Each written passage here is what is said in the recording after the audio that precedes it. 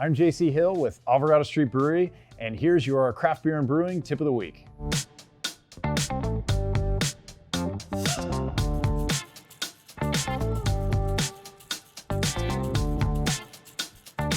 Hops contain what are called glycosides. Glycosides are essentially flavorless, odorless compounds that have the potential to be unlocked into monoterpenes. Monoterpenes are actually present in hops. They're present in free amounts. They're measured in percentages of total oil. Certain compounds like linalool, geraniol, citronellol, these are all present in hops. But what we try and do is coax the yeast to bring out more of these monoterpenes through biotransformation, through an enzyme specifically called beta-glucosidase. That's kind of what we're talking about, and that's what interacts with the knockout hops through fermentation to produce these heightened levels of flavor and aroma. So basically how it starts out is generally we add our hops. If we're multi-batching a beer, it's generally after the second turn, before the final turn. We'll go up to the top of the tank. We'll add generally anywhere from 1.5 to 3 pounds per barrel. So in some cases, a full dry hop load, in which we'll add those into the tank.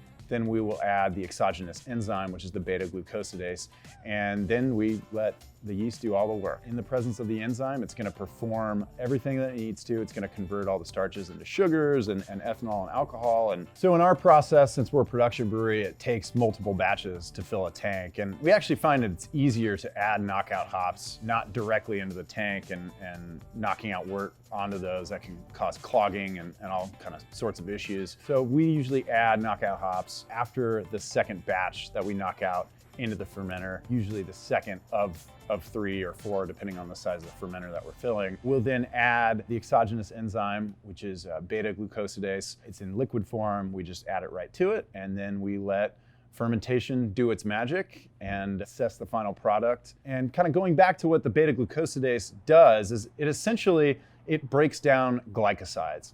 Glycosides are flavorless, odorless compounds found in hops that have the potential to be unlocked into monoterpenes, linalool, geraniol, stuff that's already found in hops. So we're basically just augmenting the total level of monoterpenes in the batch through biotransformation. It covers a whole spectrum of fruity flavors and aromas. Typically, our dosage rate of beta-glucosidase is about 20 milliliters per barrel.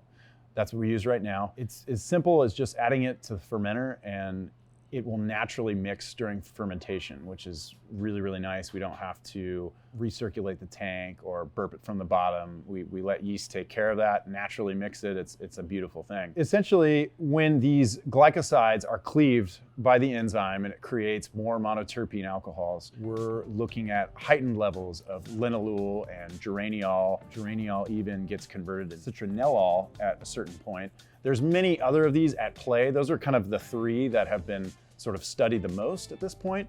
And it really covers just a complete spectrum of kind of floral, geranium, rose-like, to all elements of citrus, and then to kind of like candy-like and more kind of tropical fruit applications. And there's a lot at play here, and there's a lot we don't know yet. What we do know is that we're unlocking heightened levels of monoterpenes and creating a much more saturated product in terms of overall oil and overall impact of aroma and flavor. We source our beta-glucosidase from a vendor called Loefflers, who I believe sources it from a German vendor, but their product is called Hop Flour. I believe Lallemand makes a similar product called Aroma-Zyme. We'll include with this class some links on where we source our beta-glucosidase, and you can check those out and see if it works for you. We've experimented with various levels of dosage rates for beta-glucosidase. We've settled on 20 milliliters per barrel. One can make the argument that it's less efficient at lower dosages, but we haven't really gone so far as to test the upper limits of it. I think we found, from a sensory perspective, a really nice balance at 20 milliliters per barrel, and it seems to work well for us. I'm sure it's something we'll address down the road if there's more we can unlock. One of the key ways to maximize the efficiency of using the enzyme is when you add hops to the process. And for us, we found that keeping hops from the start of fermentation all the way through to the end gives us the biggest bang for our buck, the greatest return on the amount of monoterpenes we create, the most biotransformation that we get. To learn more about enzymes and biotransformation during fermentation, click the link below.